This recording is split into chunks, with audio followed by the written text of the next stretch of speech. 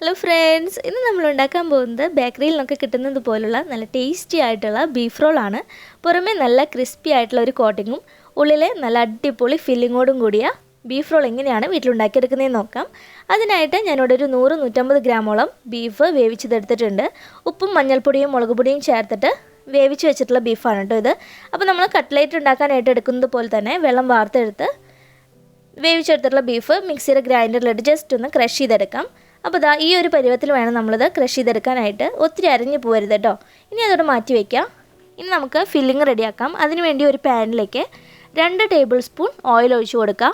Oil ചൂടായി വരുമ്പോൾ 1/2 teaspoon ഇഞ്ചി ചെറുതായി നുറുക്കിയതും 1 ടീസ്പൂൺ വെളുത്തുള്ളി ചെറുതായി നുറുക്കിയത്, 2 മീഡിയം വലുപ്പത്തിലുള്ള സവാള, 3 പച്ചമുളക് ചെറുതായി നുറുക്കിയത്, പിന്നെ ഇതിലേക്ക് ആവശ്യത്തിന് കുറച്ച് ഉപ്പ്, ഇത്രയും ചേർത്ത് കൊടുത്തിട്ട് മീഡിയം ഫ്ലെയിമിലിട്ട് നമുക്ക് ഇത് നല്ലതുപോലെ ഒന്ന് വഴറ്റിയെടുക്കണം. സവാളയെല്ലാം നല്ല ട്രാൻസ്പെറൻ്റ് ആവുന്ന വിധത്തിൽ നമുക്ക് വഴറ്റിയെടുക്കാം. ഇപ്പോൾ നമ്മുടെ സവാളയൊക്കെ നല്ലതുപോലെ വഴന്നു വന്നിട്ടുണ്ട്. ഇനി തീ ലോ ഫ്ലെയിമിലേക്ക് മാറ്റി ഇതിലേക്ക് ആവശ്യമായിട്ടുള്ള പൊടികൾ ആഡ് ചെയ്ത് കൊടുക്കാം. 1/2 ടീസ്പൂൺ മഞ്ഞൾപ്പൊടി, 1 ടേബിൾ സ്പൂൺ മുളക് പൊടി, 1 ടീസ്പൂൺ കുരുമുളക് പൊടി, 1 ടീസ്പൂൺ ഗരം മസാല പൊടി, ഇത്രയും ചേർത്ത് കൊടുത്ത് ലോ ഫ്ലെയിമിലിട്ട് പൊടികൾ നന്നായിട്ടൊന്ന് മൂപ്പിച്ചെടുക്കണം. പൊടികൾ നന്നായിട്ട് മൂത്ത് വന്നതിന് ശേഷം മാത്രമേ തക്കാളി ചേർത്ത് കൊടുക്കാൻ പാടുള്ളൂ. ഇപ്പോൾ നമ്മുടെ പൊടികളെല്ലാം നന്നായിട്ട് മൂത്ത് വന്നിട്ടുണ്ട്.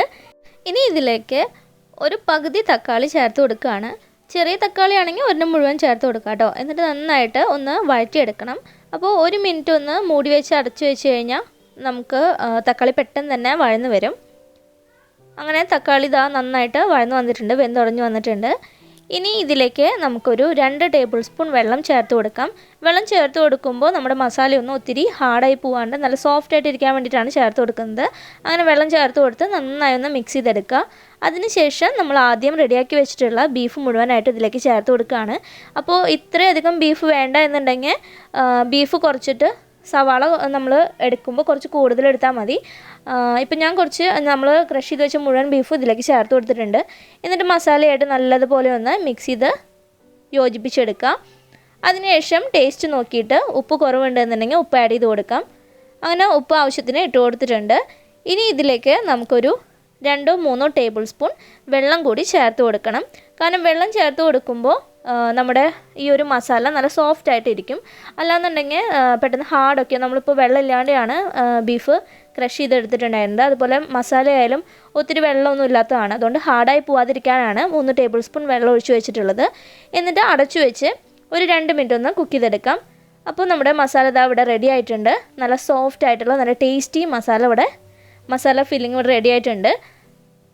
ഇനി നമുക്ക് ഇത് മാറ്റി വയ്ക്കാം. അപ്പോൾ ഇത്രയേ ഉള്ളൂ, നമ്മുടെ ഫില്ലിങ് റെഡിയായി. ഇനി നമുക്ക് മാവ് കുഴച്ചെടുക്കണം. അതിന് വേണ്ടിയിട്ട് ഒരു പാത്രത്തിലോട്ട് 1/2 ടീസ്പൂൺ ഈസ്റ്റ് ഇട്ട് കൊടുക്കുക. പിന്നെ അതിലേക്ക് 1/4 കപ്പ് ചെറു ചൂടുള്ള വെള്ളം ചേർത്ത് കൊടുക്കണം. 1/2 ടീസ്പൂൺ പഞ്ചസാര കൂടി ചേർത്ത് ജസ്റ്റ് ഒന്ന് ഇളക്കിയിട്ട് അടച്ചു വയ്ക്കാം. ഒരു 10 മിനിറ്റ് നമുക്കിതൊന്ന് ഫെർമെൻറ്റേഷന് വേണ്ടിയിട്ട് മാറ്റി വയ്ക്കാം കേട്ടോ. അങ്ങനെ 10 മിനിറ്റിന് ശേഷം ഒരു ബൗളിലേക്ക് 1/2 കപ്പ് മൈദ എടുക്കുക. അതിലേക്ക് ആവശ്യത്തിന് ഉപ്പ് ചേർത്ത് നമ്മൾ ഫെർമെൻറ്റേഷന് വേണ്ടി മാറ്റി വെച്ചിട്ടുണ്ടായിരുന്ന ഈസ്റ്റിൻ്റെ മിക്സും കൂടി ചേർത്ത് നന്നായി ഒന്ന് മിക്സ് ചെയ്തെടുക്കണം. അങ്ങനെ നന്നായിട്ട് യോജിപ്പിച്ചെടുത്തതിന് ശേഷം നമുക്കിതിലേക്ക് ഒരു 1/4 കപ്പ് കൂടി ചെറു ചൂടുള്ള വെള്ളം ചേർത്ത് കൊടുത്തിട്ട് വേണം കുഴച്ചെടുക്കാനായിട്ട്. അപ്പോൾ തണുത്ത വെള്ളം ചേർത്ത് കുഴയ്ക്കുന്നതിനേക്കാൾ ചെറിയ ചൂടുള്ള വെള്ളം ചേർത്ത് കുഴയ്ക്കുന്നതാണ് കൂടുതൽ നല്ലത് കേട്ടോ. അപ്പോൾ ചെറിയ ചൂടുള്ള വെള്ളം ഒരു 1/4 കപ്പ് കുറേശ്ശെയായിട്ട് ഞാൻ ഇതിലേക്ക് ചേർത്ത് കൊടുക്കുകയാണ്, പൊടിയിലേക്ക് ചേർത്ത് കൊടുക്കുകയാണ്. അപ്പോൾ ആദ്യം തന്നെ നമ്മൾ കൈ വെച്ചിട്ട് കുഴച്ചെടുക്കണമെന്നില്ല. ഇതുപോലെ ഒരു കയ്യിൽ വെച്ചിട്ട് ഇതുപോലെ ഇങ്ങനെ മിക്സ് ചെയ്ത് കൊടുക്കാം. പൊടിയുടെ എല്ലാ ഭാഗത്തേക്കും വെള്ളമായി എന്ന് കാണുമ്പോൾ നമുക്ക് കൈ വെച്ചിട്ട് നന്നായിട്ട് കുഴച്ചെടുക്കാം. ഇപ്പോൾ അത്യാവശ്യം പൊടിയുടെ എല്ലാ ഭാഗത്തും വെള്ളമൊക്കെ നന്നായിട്ട് ആയിട്ടുണ്ട്. ഇനി കൈ വെച്ച് നല്ല പോലെ ഒന്ന് കുഴച്ചെടുക്കുക. അപ്പോൾ ബാക്കിയുള്ള വെള്ളം കൂടി കുറേശ്ശെ ചേർത്ത് കൊടുക്കണം. അപ്പോൾ ഒറ്റയടിക്ക് നമ്മൾ 1/4 കപ്പ് മുഴുവനും വെള്ളം ചേർത്ത് കൊടുക്കരുത്. കുറേശ്ശെയായിട്ട് മാത്രം വെള്ളം ചേർത്ത് കൊടുത്തിട്ട് വേണം നമ്മൾ കുഴച്ചെടുക്കാനായിട്ട്.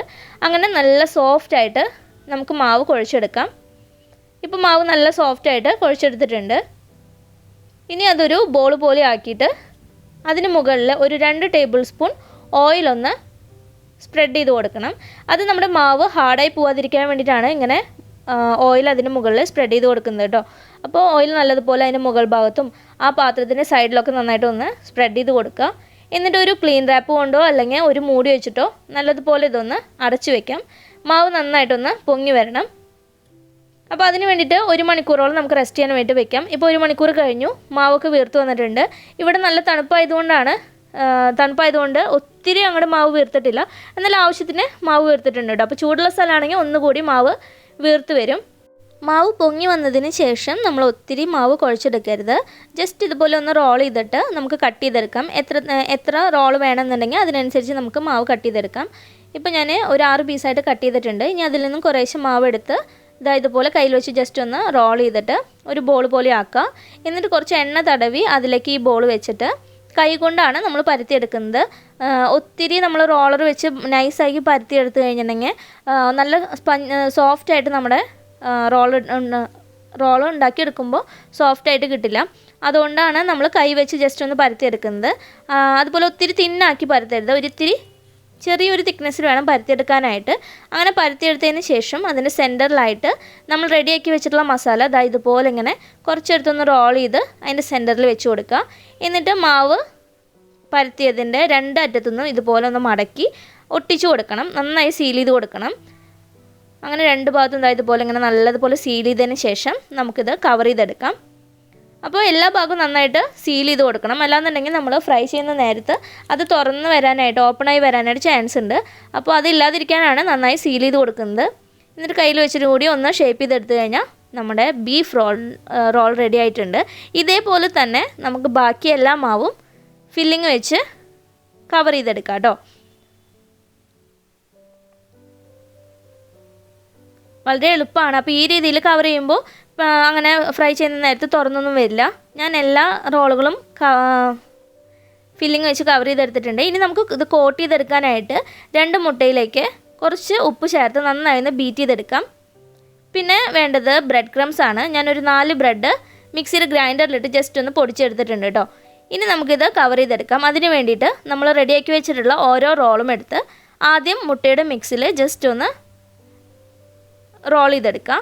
നന്നായി ഒന്ന് ഡിപ്പ് ചെയ്തെടുക്കണം. എല്ലാ ഭാഗത്തും മുട്ടയുടെ മിക്സ് ആവുന്ന വിധത്തിൽ അതിലിട്ടിട്ടൊന്ന് റോൾ ചെയ്തെടുക്കുക. അതിനുശേഷം ഇതിന് മുകളിലായിട്ട് ബ്രെഡ് ക്രംസ് കോട്ട് ചെയ്തെടുക്കാം. അപ്പോൾ നന്നായിട്ട് ബ്രെഡ് ക്രംസ് അതിന് മുകളിലൊന്ന് കോട്ട് ചെയ്തെടുക്കുക. അപ്പോൾ 2 കൈ വെച്ച് ചെയ്യുമ്പോൾ നമ്മൾ ഒരു കൈ വെച്ചിട്ടാണ് രണ്ടും ചെയ്യുന്നതെങ്കിൽ കയ്യിൽ ബ്രെഡ് ക്രംസ് ഒത്തിരി കട്ട പിടിച്ച് പോവും. ഇതാവുമ്പോൾ ഒരു കൈ കൊണ്ട് മുട്ടയിൽ ഡിപ്പ് ചെയ്യുക, അതുപോലെ മറ്റേ കൈ കൊണ്ട് ബ്രെഡ് ക്രംസ് റോൾ ചെയ്യുകയാണെന്നുണ്ടെങ്കിൽ നമുക്കങ്ങനെ കയ്യിലൊന്നും ഒത്തിരി ഒട്ടിപ്പിടിച്ച് ഇരിക്കില്ല. അങ്ങനെ നമ്മൾ ബ്രെഡ് ക്രംസിലെല്ലാം റോൾ ചെയ്തിട്ട് എല്ലാ ബീഫ് റോളും റെഡിയാക്കി വെച്ചിട്ടുണ്ട്. ഫ്രൈ ചെയ്യാൻ പാകത്തിന് റെഡിയാക്കി വെച്ചിട്ടുണ്ട്. ഇനി ഒരു പാനിൽ ആവശ്യത്തിന് ഒരു 3/4 ഭാഗത്തോളം എണ്ണ എടുത്ത് ചൂടായതിന് ശേഷം അതിലേക്ക് റോൾസ് ഇട്ട് കൊടുക്കാം. എന്നിട്ട് മീഡിയം ഫ്ലെയിമിലിട്ടിട്ട് വേണം നമ്മൾ ഫ്രൈ ചെയ്തെടുക്കാനായിട്ട്. അതുപോലെ നമ്മൾ ഒത്തിരി വലിയ പാത്രമാണെന്നുണ്ടെങ്കിൽ നമുക്ക് റോൾസിൻ്റെ എണ്ണം കൂടുതൽ ഇട്ട് കൊടുക്കാം. ചെറിയ ഇതുപോലുള്ള നോൺ സ്റ്റിക്ക് പാനൊക്കെ ആണെന്നുണ്ടെങ്കിൽ 2 മാക്സിമം 3 റോൾസ് മാത്രം ഇട്ട് കൊടുത്താൽ മതി. ഇല്ലാന്നുണ്ടെങ്കിൽ അത് ഇട്ട് കൊടുത്ത് കുറച്ച് കഴിയുമ്പോൾ നന്നായിട്ട് പൊങ്ങി വരും. ആ പൊങ്ങി വരുന്ന സമയത്ത് എണ്ണയൊക്കെ പുറത്തേക്ക് പോകാനായിട്ട് ചാൻസ് കൂടുതലാണ് കേട്ടോ. അപ്പോൾ ശ്രദ്ധിച്ച് ഫ്രൈ ചെയ്തെടുക്കുക. മീഡിയം ഫ്ലെയിമിലിട്ടിട്ട് വേണം നമ്മൾ ഫ്രൈ ചെയ്തെടുക്കാനായിട്ട്. ഹൈ ഫ്ലെയിമിലൊക്കെ ഇട്ട് കഴിഞ്ഞിട്ടുണ്ടെങ്കിൽ പുറം കോട്ടിങ് ബ്രെഡ് ക്രംസ് ആയതുകൊണ്ട് തന്നെ പെട്ടെന്ന് കരിഞ്ഞു പോകാനായിട്ടുള്ള ചാൻസ് കൂടുതലാണ്. അങ്ങനെ തിരിച്ചും മറിച്ചൊക്കെ ഇട്ട് എല്ലാ ഭാഗവും നല്ല ഒരു ബ്രൗൺ കളർ ആവുന്നത് വരെ, ഒരു ഗോൾഡൻ ബ്രൗൺ കളർ ആവുന്നത് വരെ നമുക്ക് ഫ്രൈ ചെയ്തെടുക്കാം. കണ്ടില്ലേ, നമ്മൾ ഇട്ട് കൊടുത്ത ആ റോളൊക്കെ നന്നായിട്ട് വീർത്ത് വന്നിട്ടുണ്ട്. നല്ല അടിപൊളിയായിട്ട് വന്നിട്ടുണ്ട്. കളറൊക്കെ ചേഞ്ചായി. ഇനി ഒന്നും കൂടി ഒന്ന് കളർ ചേഞ്ച് ആയി കഴിഞ്ഞാൽ നമുക്കിത് എണ്ണയിൽ നിന്നും കോരിയെടുക്കാം കേട്ടോ. കണ്ടോ, നല്ല അടിപൊളിയായിട്ട് നമ്മുടെ ബീഫ് റോൾ റെഡിയായി. ഇനി ഇത് എണ്ണയിൽ നിന്നും കോരിയിട്ട് ഒരു ടിഷ്യൂ പേപ്പറിലോട്ട് മാറ്റാം. അപ്പോൾ ഇത്രയേ ഉള്ളൂ. വളരെ സിമ്പിളാണ് ഈ ഒരു ബീഫ് റോൾ ഉണ്ടാക്കാനായിട്ട്. നമ്മളിപ്പോൾ ചിക്കൻ റോൾ ഉണ്ടാക്കാനാണെങ്കിലും അതിനുള്ളിലത്തെ ഫില്ലിങ്ങിൽ ബീഫിന് പകരം ചിക്കൻ എടുത്ത് വെച്ചാൽ മതി കേട്ടോ. ചിക്കൻ ഇട്ട് കൊടുത്താൽ മതി.